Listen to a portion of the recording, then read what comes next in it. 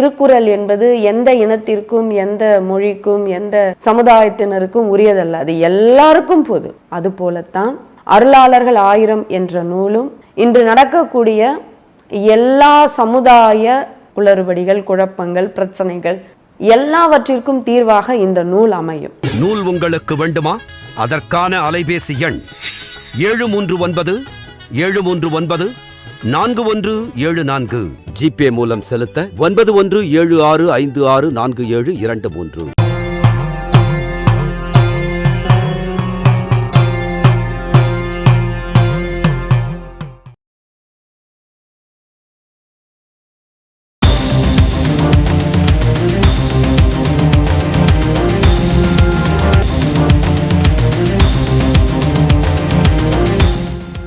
திருவண்ணாமலை சித்தர் பூமி. டாப் 5 ஜீவசமாதிகள். அருட்திரு ஈசான்ய ஞான தேசிகர்.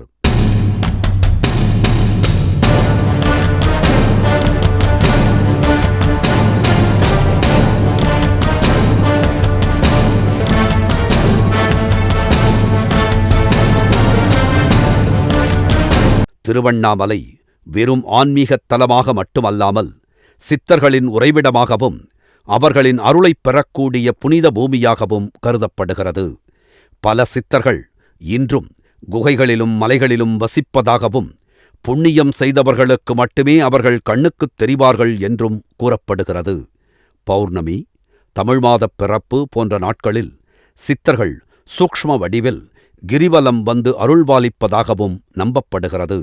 அப்படி சித்தர்களும் மகான்களும் வாழ்ந்த புண்ணிய பூமி என கருதப்படும் திருவண்ணாமலையில் குறிப்பிடத்தக்கவர் அருட்திரு ஈசான்ய ஞான தேசிகர் ஆவார். இவர் திருவண்ணாமலையில் வாழ்ந்த முதல் மகான் என்று கூறப்படுகிறது. திருவண்ணாமலையின் ஈசான்ய மூலையில் இருந்து மக்களுக்கு அருள் செய்ததால் ஈசான்ய ஞான தேசிகர் என அழைக்கப்பட்டார் என்று சொல்லப்படுகிறது. பாலாற்றங்கரையை ஒட்டியுள்ள ராயவேளூர் என்ற ஊரில் வாழ்ந்த திருநீலகண்டர் மற்றும் பார்வதி தம்பதியினருக்கு 1750ஆம் ஆண்டு மகனாக அவதரித்தார். இவர் தன் பெரும் பொழுதை தியானமிருப்பதில் கழித்துள்ளார். இவர் திருமணம் செய்து கொள்வதில் விருப்பம் இல்லாமல் பெற்றோரின் உத்தரவு பெற்று துறவறம் பூண்டார். சிதம்பரத்தை அடைந்து தில்லை நடராஜரை தரிசித்தார். பின்பு அங்கு வாழ்ந்த பிரம்மயோகி ஸ்ரீ மௌனகுரு சுவாமிகளிடம் தீட்சை பெற்றார். பின் தனது யாத்திரையைத் தொடர்ந்து இறுதியில் அண்ணாமலையின் ஈசானப் பகுதியில் தங்கி தவம் செய்து வரலானார். அதனால் ஈசான்ய ஞான தேசிகர் என்று இம்மகான் போற்றப்பட்டார். இம்மகான் 1829ஆம் ஆண்டு விரோதி வருடம் மார்கழி மாதம் 26ஆம் நாள் குருவாரம் மிருகசீரிட நட்சத்திரத்தில் பத்மாசனத்தில் சின்முத்திரை காட்டியபடி உட்கார்ந்த நிலையில் மகாசமாதி அடைந்தார். அருட்திரு குகை நமச்சிவாயர் திருவண்ணாமலையில் உள்ள குகைகளில் தங்கி அண்ணாமலையாரின் அருளைப் பெற்ற சித்தர்களில் ஒருவராகப் போற்றப்படுகிறார். அருட்திரு குகை நமச்சிவாயர் கர்நாடகாவில் உள்ள மல்லிகார்ஜுனம் என்ற பகுதியில் லிங்காயத்துகளாக வாழ்ந்து வந்த சிவத்தொண்டர் குடும்பத்தில் தோன்றியவர் குகை நமச்சிவாயர். இளம் வயது முதலே பக்தியில் நாட்டம் உடையவராக இருந்தவர் இளைஞரானதும் ஸ்ரீசைலம் சென்று அங்கு வாழ்ந்த யோகி சிவானந்த தேசிகரை சரணடைந்தார். அவருக்கு தொண்டு செய்து அவரால் தீட்சை அளிக்கப் பெற்றார். நமச்சிவாயர் காலையில் எழுவார். காலைக் கடன்களை முடிப்பார். அண்ணாமலையார் ஆலயத்திற்குச் செல்வார். குருவின் வழிமுறையின்படி ஆலயத்துக்குள் செல்லாமல் வெளியில் இருந்தபடியே பூஜை வழிபாடு செய்வார். பின் வீடுகளுக்குச் சென்று உணவுக்காக யாசிப்பார். யாரேனும் உணவளித்தால் உண்பார். இல்லாவிட்டால் அன்று முழுவதும் பட்டினியாக இருப்பார். இறைவனை வழிபடுவதற்கும் நீராடுவதற்கும் அருந்துவதற்கும் திருமுலைப்பால் தீர்த்தம், அருட்பால் தீர்த்தம், சங்கு தீர்த்தம் மற்றும் பாத தீர்த்தம் என 4 குளங்களை உருவாக்கினார் குகை நமச்சிவாயர். இவரது ஜீவசமாதி திருவண்ணாமலை ஆலயத்தின் பின்புறம் மலைமேல் ஸ்கந்தாசிரமம் விருபாட்சி குகை செல்லும் வழியில் அமைந்துள்ளது. ஒவ்வொரு வருடமும் கார்த்திகை மாதம் வளர்பிறை சதுர்த்தி திதி பூராட நட்சத்திரம் கூடிய தினத்தில் கும்ப லக்னத்தில் இவரது குருபூஜை நடந்து வருகிறது. அருட்திரு அம்மணி அம்மாள்.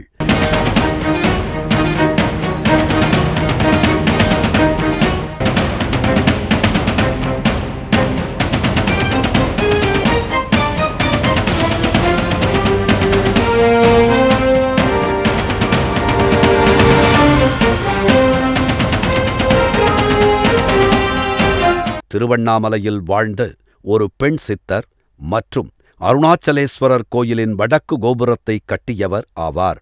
சிவபக்தியில் சிறந்து விளங்கிய இவர் மக்களின் பங்களிப்புடன் கோபுரப் பணிகளை மேற்கொண்டு அதன் ஒரு பகுதியை கட்டி முடித்தார். அவரது நினைவாக வடக்கு கோபுரம் அம்மணியம்மாள் கோபுரம் என்று அழைக்கப்படுகிறது. தன் யோக சக்தியால் திருநீற்றின் மூலம் பல்லாயிரக்கணக்கானவர்களின் நோய் தீர்த்த அம்மணியம்மாள் தனது 50வது வயதில் தைப்பூச தினத்தன்று ஈசனோடு கலந்தார். அவரது ஜீவசமாதி திருவண்ணாமலை கிரிவலப் பாதையில் 8வது லிங்கமான ஈசான்ய லிங்கத்திற்கு எதிரில் அமைந்துள்ளது. 1735ஆம் ஆண்டு ஆயியம்மாள் மற்றும் கோபால் பிள்ளை தம்பதிக்கு மார்கழி மாதம் அபிட்ட நட்சத்திரத்தில் அவதரித்தவர்தான் அம்மணியம்மாள். அவர் சிவனையே குருவாகக் கொண்டு 50 ஆண்டுகள் இறைத்தொண்டு செய்து 1875ஆம் ஆண்டு சிவலோகப் பதவி அடைந்துள்ளார். அவர் ஈசனோடு கலந்து 150 ஆண்டுகள் ஆகிவிட்ட போதிலும் இன்றும் இவரின் ஜீவசமாதியில் கொடுக்கப்படும் விபூதி பிரசாதம் நோய்களை தீர்க்கும் நல்மருந்தாக உள்ளதாகவும் நம்பப்படுகிறது. இன்றும் கிரிவலம் வரும் பக்தர்கள் அம்மணியம்மாளை தியானம் செய்து நம்பிக்கையோடு தனது குறைகளைச் சொல்லி செல்கின்றனர். அவர்களின் வேண்டுதலை அம்மணியம்மாள் அரூபமாக நின்று கேட்டு வழிநடத்துவதாகவும் நம்பப்படுகிறது. அவரது சந்நிதியில் தியானம் செய்தாலே மனம் அமைதி பெறுவதை உணர முடியும் என்று கூறுகின்றனர். பெண்களுக்கு ஆன்மீக சுதந்திரம் இல்லாத காலகட்டமாக இருந்த ஆங்கிலேயர் ஆட்சி காலத்தில் ஒரு பெண் தன்னந்தனியாக ஒரு கோபுரத்தையே கட்டி முடித்திருக்கிறார் என்பது ஆச்சரியம் அளிக்கும் செய்தியாகும். இறையருளும் விடாமுயற்சியும் வைராக்கியமும் தன்னம்பிக்கையும் கொண்ட அம்மணியம்மாளின் நினைவாக இன்றும் போற்றப்படும் திருவண்ணாமலை வடக்கு கோபுரத்தையும் அவரின் ஜீவசமாதியையும் எப்போது திருவண்ணாமலை அருணாச்சலேஸ்வரர் கோவிலுக்குச் சென்றாலும் தரிசித்துவிட்டு வாருங்கள். அருட்திரு அடிமுடி சித்தர்.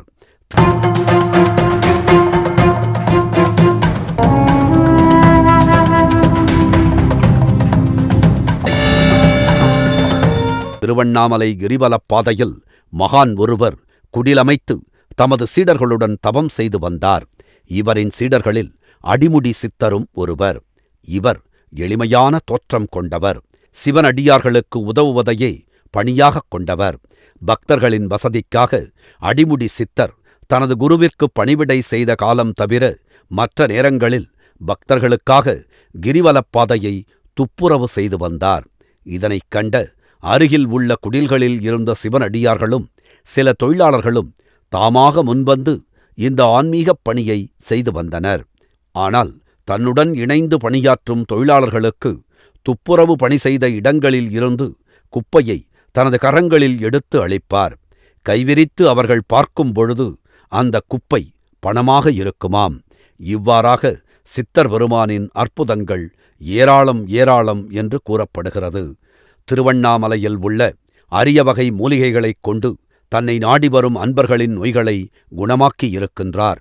தான் ஜீவசமாதி அடையும் காலம் வந்துவிட்டதை உணர்ந்த அவர் தன் சீடர்களை அழைத்து, நான் தபத்தில் ஆழ்ந்தவுடன் என் உடலைத் தொடாமல் கால் பெருவிரல் இரண்டிலும் வைக்கோல் கயிற்றால் கட்டி இழுத்துச் செல்லுங்கள். எவ்விடத்தில் இக்கயிறு அருந்து விடுகிறதோ அங்கே என்னை அடக்கம் செய்யுங்கள் என்று கூறி ஜீவசமாதி அடைந்தார். பின்பு அவர் கூறியவாறு வைக்கோல் கயிற்றால் கட்டி கிரிவலப் பாதையில் அவர் உடலை இழுத்துச் செல்லும்போது அடி அண்ணாமலை கௌதம மகரிஷியின் ஆசிரமத்திற்கு எதிரில் கயிறு அருந்ததால் சித்தரை அவ்விடத்திலேயே அடக்கம் செய்தனர். அடிமுடி சித்தரின் அருள் பெற்று தங்களின் கர்மவினை பயனை போக்கி நல்வாழ்வு பெற்றவர்கள் எண்ணிலடங்காது என்றும் கூறுகின்றனர். அருட்திரு அடிமுடி சித்தரை பூரணமாய் வணங்கி பழங்கள், அச்சுவெல்லம், அவல், தாம்பூலம், வாசனை உடைய மலர்கள் ஆகியவற்றைக் கொண்டு வழிபடுவது சிறப்பு என்றும் சொல்லப்படுகிறது. அருட்திரு பூண்டி மகான். திருவண்ணாமலை மாவட்டத்தில் போளூர் தாலுக்காவில் உள்ளது பூண்டி என்னும் சிறிய கிராமம். அங்கு வாழ்ந்து பல அற்புதங்களை நிகழ்த்தியவர்தான் அருட்திரு பூண்டி மகான். இவரின் அன்பும் தீக்ஷண்ய பார்வையும் இவரை மகான் என மக்களுக்கு அடையாளம் காட்டியது. இவர் செய்த பல அற்புதங்கள் பற்றிய தகவல்கள் போளூர், கலசப்பாக்கம், பூண்டி போன்ற இடங்களில் வாழும் மக்களால் இன்றளவும் பிரமிப்பாக பேசப்பட்டு வருகிறது. நீண்ட தாடியும் தீட்சண்ய பார்வையுமாக மிக எளிமையான மனிதரைப் போல் காட்சியளிக்கும் அருட்திரு பூண்டி மகானை அவதாரப் புருஷராக அந்த பகுதி மக்கள் பக்தியோடு வணங்கி வருகின்றனர். அருட்திரு பூண்டி மகான் 1955 காலகட்டங்களில் கலசப்பாக்கம் கிராமத்தில் இருந்த காக்கும் கரைப்பிள்ளையார் கோயில் அல்லது ஒரு இடிந்த மசூதியில்தான் தங்கியிருப்பாராம். மேலிருந்து முழங்காலுக்கு கீழே வரையிலும் கம்பளி போன்ற சட்டையை போட்டிருப்பாராம். ஆனால் அதை கழற்ற மாட்டாராம். ஒருவேளை அது நைந்து கிழிந்துவிட்டால் யாராவது வேறு சட்டை கொடுத்தால் கூட அந்த கிழிந்த சட்டை மேலேயே அந்த புதிய சட்டையை போட்டுக்கொள்வாராம். அவர் கந்தல் உடுத்திய பைத்தியம் போன்று உலவி வந்திருக்கிறார். அவரை அங்குள்ளவர்கள் கேலி செய்த போதும் எதிர்ப்போ மறுப்போ கூறாமல் அமைதியாக அங்கிருந்து சென்று விடுவாராம். கலசப்பாக்கம் கிராமத்தில் ஓடுகின்ற செய்யாறு என்ற ஆற்றின் மணல் மேல் சுட்டெரிக்கும் வெயிலானாலும் அந்தச் சுடும் மணலில் உட்கார்ந்திருப்பாராம். ஒரு சமயம் கனமழை பெய்ததால் திடீரென்று வெள்ளம் வந்தது. ஆற்றில் அமர்ந்திருந்த பைத்தியக்கார சுவாமிகள் வெள்ளத்தில் அடித்துச் செல்லப்படுவார் என்றே ஊரார் நினைத்தார்களாம். வெள்ளம் குறைந்த பின்பு கிராமத்தார் பலர் சுவாமிகள் அமர்ந்திருந்த இடத்தில் பார்த்தபொழுது சுவாமியின் உடல் எல்லாம் மணலால் மூடப்பட்டு தலை மட்டும் மேலே தென்பட்டதாம். கண்களால் கண்ட ஊர் மக்கள் அவர் சாதாரணமானவர் இல்லை என்றும் மகா சித்தபுருஷர் என்றும் தெரிந்து கொண்டார்களாம். இந்த சம்பவத்தின் மூலம் சுவாமிகளின் மகிமை பரவத் துவங்கியுள்ளது. அருட்திரு பூண்டி மகான் சாமிகளை ஆற்று சாமிகள் என்று அழைக்கத் துவங்கியுள்ளனர். அதன் பிறகு ஆற்றுக்குப் பக்கத்தில் இருக்கும் சுடுகாட்டுக்கு அருகில் சுவாமிகளுக்கு ஊர் மக்களே ஒரு பந்தல் போட்டுக் கொடுத்தார்களாம். அருட்திரு பூண்டி மகான் 1978 ஆண்டு நவம்பர் 3ஆம் தேதி அனுஷ நட்சத்திரம் அன்று காலை 9 மணி அளவில் ஜீவசமாதி அடைந்துள்ளார். திருவண்ணாமலை மாவட்டம் போளூர் என்கிற நகருக்கு மேற்கேயுள்ள கலசப்பாக்கத்தில் இருந்து 3 கிலோமீட்டர் தொலைவில் பூண்டி மகான் ஜீவசமாதி உள்ளது. சித்தர்களை தேடிச் செல்லும் மற்றும் சித்தர்களைப் பற்றி தெரிந்து கொள்ள விரும்பும் அனைத்து பக்தர்களுக்கும் ஒரு சிறப்பான செய்தி ஒன்று உள்ளது. அதாவது, சித்தர்களை தேடிப் பயணிக்கும் ஒவ்வொருவர் கையிலும் இருக்க வேண்டிய சில நூல்கள் உண்டு. அதிலும் குறிப்பாக 1000 ஜீவசமாதிகளின் முகவரிகளுடன் கூடிய இருப்பிடத்தையும் வாழும் மகான்களை, சித்தர்களை எப்படி உணர்ந்து கண்டறிந்து வழிபடுவது, நாம் எப்படி வாழ்ந்தால் சித்தர்கள் அருளைப் பெற முடியும் என்பதற்காக ஜீவ அமிர்தம், ஞான அமிர்தம் என்ற 2 அற்புதமான நூல்கள் சித்தர்கள் கருவூலத்திலிருந்து கிடைத்துள்ளது. மேலும் இங்கு மக்களுக்காக வாழ்ந்து அற்புத சித்துகள், மகிமைகள் செய்த 1000 சித்தர்கள் மகான்களின் நட்சத்திரம் உட்பட அனைத்து விபரங்களுடன் வெளிவந்துள்ள ஓர் ஆன்மீக வாழ்வியல் நூல் அருளாளர்கள் 1000 என்ற நூலும் வந்துள்ளது. சித்தர்கள் என்பவர்கள் யார்? அவர்கள் ஏன் ஜீவசமாதி அடைந்தார்கள்? சித்தர்களின் சக்தி எப்படிப்பட்டது? ஜீவசமாதிக்குப் பிறகு அவர்கள் நிகழ்த்திக் கொண்டிருக்கும் அற்புதங்கள் என்னென்ன? இப்படி பல நூறு சித்தர்களின் வாழ்வியலை உலக மக்கள் அறிந்து கொள்ள தம் வாழ்நாளில் பெரும் பகுதியை சித்தர்களின் ஆய்வுக்காகவே அர்ப்பணித்த ஜீவ அமிர்தம், ஞான அமிர்தம் மற்றும் அருளாளர்கள் 1000 போன்ற உயரிய நூல்களைப் படைத்தவர் யாரென்றால் அவர்தான் ஆசிரியர் திருமுருகன் ஐயா அவர்கள். ஆக இந்த 3 நூல்களையும் நாம் வாங்கிக் கொண்டால் போதும். இந்த நூல்கள் நம்முடைய வீட்டில் இருந்தாலே போதும். நல்ல நேர்மறை ஆற்றல்கள் நம் உள்ளங்களில் மட்டுமின்றி இல்லங்களிலும் பரிபூரணமாக நிறைந்திருப்பதை நம்மால் உணர முடியும். எங்கும் வியாபித்திருக்கும் சித்தர்களை நாம் இருந்த இடத்திலேயே படித்து உணர்ந்து வணங்கும் போது சூக்ஷ்மமாக அவர்களின் அருளையும் முழுமையாக நம்மால் பெற முடியும். இன்றே பிரணவம் அலுவலகத்தை தொடர்பு கொண்டு சித்தர்களின் புத்தகங்களை வாங்கி பலனடையுங்கள். வாழ்க சித்தர்கள் புகழ், வளர்க சித்தர்களின் தொண்டு. நன்றி, வணக்கம். பிரணவம் யூடியூப் சேனலை சப்ஸ்கிரைப் செய்து சித்தர்களின் அருளை முழுமையாகப் பெறுங்கள். திருக்குறள் என்பது எந்த இனத்திற்கும் எந்த மொழிக்கும் எந்த சமுதாயத்தினருக்கும் உரியதல்ல, அது எல்லாருக்கும் பொது. அது போலத்தான் அருளாளர்கள் 1000 என்ற நூலும் இன்று நடக்கக்கூடிய எல்லா சமுதாய குளறுபடிகள், குழப்பங்கள், பிரச்சனைகள் எல்லாவற்றிற்கும் தீர்வாக இந்த நூல் அமையும். நூல் உங்களுக்கு வேண்டுமா? அதற்கான அலைபேசி எண் 739 739 4174. ஜிபே மூலம் செலுத்த 9176564723.